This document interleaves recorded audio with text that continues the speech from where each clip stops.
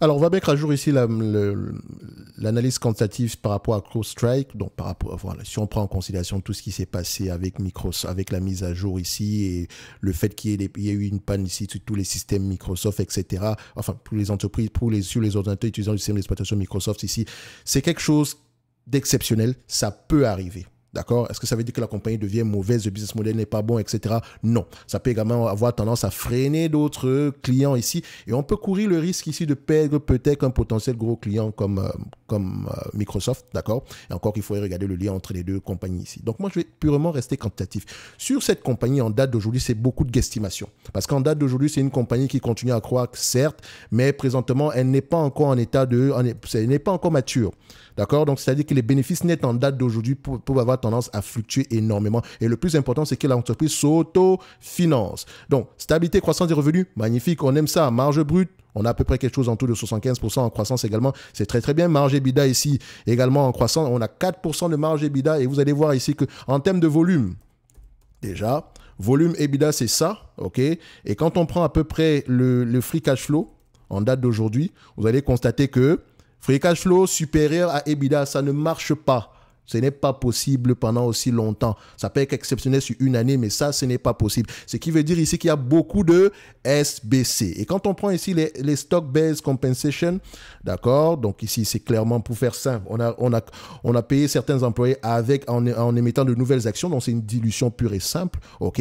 Donc ici, on a à peu près de 683 millions et je pense même qu'il y en a plus, d'accord. Donc les free cash flow ici, en réalité, ils sont même moins élevés que ce qu'on a présentement ici. Donc il faut faire très attention. Il faut guesstimer. Donc, en prenant les marges, les bénéfices nets actuels ici, c'est une guesstimation. On ne peut pas faire confiance à ce niveau de bénéfices nets en date d'aujourd'hui. Ça ne veut pas dire que ça ne va pas continuer à augmenter. Regardez, on a une augmentation parce qu'il faut regarder les choses ici.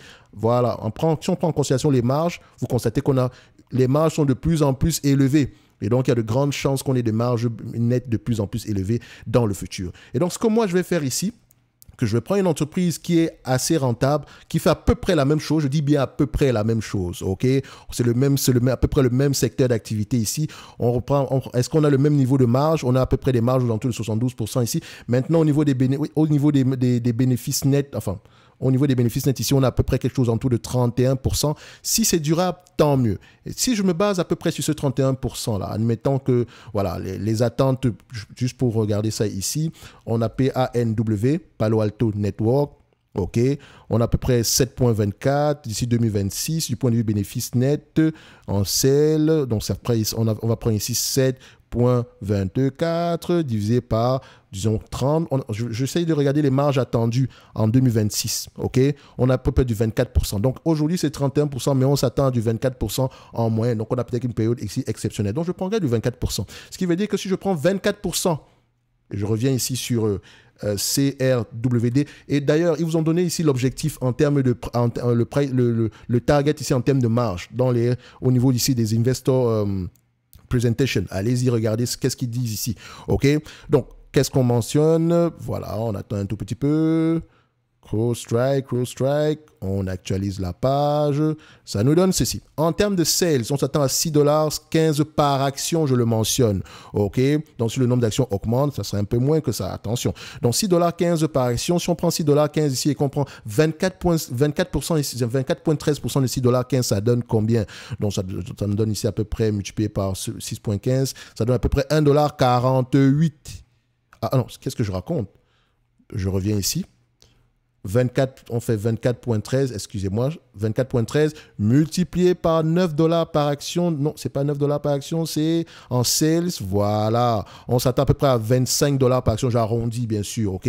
$25 par action. La précision ici, c'est pas ce qu'on recherche. On cherche avant tout à acheter une entreprise ici avec à peu près un degré de confiance, disons aussi de 80%. Qu'on soit à 25, qu'on soit à 24, c'est la même chose. OK? À 25 fois les B, parce que ce chiffre-ci ne sera pas exact dans le futur, il va avoir tendance à fluctuer.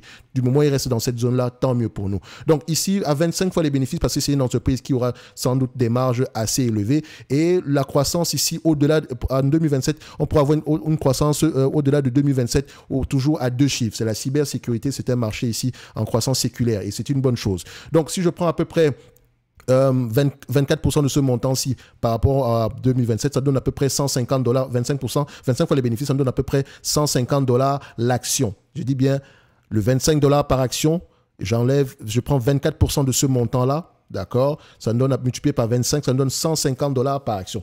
Donc, idéalement, j'aimerais choper cette compagnie aux alentours de $150 par action parce que les bénéfices nets attendus à ce niveau-ci, il y a de grandes chances que ça ne prenne en considération. Il y a de grandes chances qu'il y ait à peu près, voilà, que les marges soient encore un tout petit peu inférieures à ce qui est attendu pour, à long terme. Donc, ici, on s'attend à $6,15. Prenons le $6,15, multiplié par 25. On a combien? On a du 24. Encore une fois, donc c'est bien. Donc, si on se fie même au niveau des bénéfices, c'est aux alentours de $153 l'action. Est-ce que c'est une entreprise qui a de la dette? Elle n'a pas de dette. On pourrait faire plus le cash net ici, mais le cash net va avoir tendance ici à être utilisé ici au niveau ici du CAPEX. Enfin, c'est un asset light ici, mais on va mettre ces zéros en date d'aujourd'hui. OK? Donc, idéalement, j'aimerais l'avoir aux alentours de $150. Et si on vient nous chercher à $150 ici, tant mieux. Est-ce que les attentes sont de plus en plus optimistes? Globalement, c'est optimiste, mais par rapport à il y a 6 mois, on a une légère réduction ici. Donc, c'est pas bien grave, mais au moins, c'est quelque chose à observer.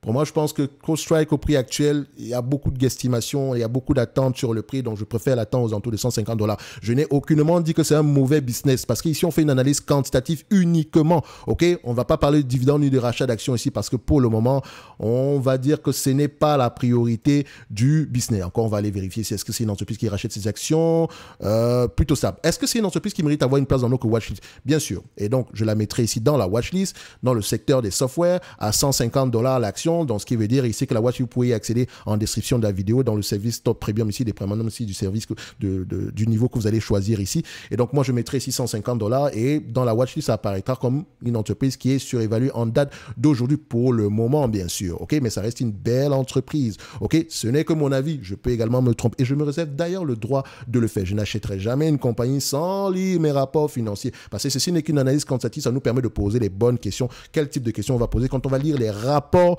financiers. Merci, au revoir.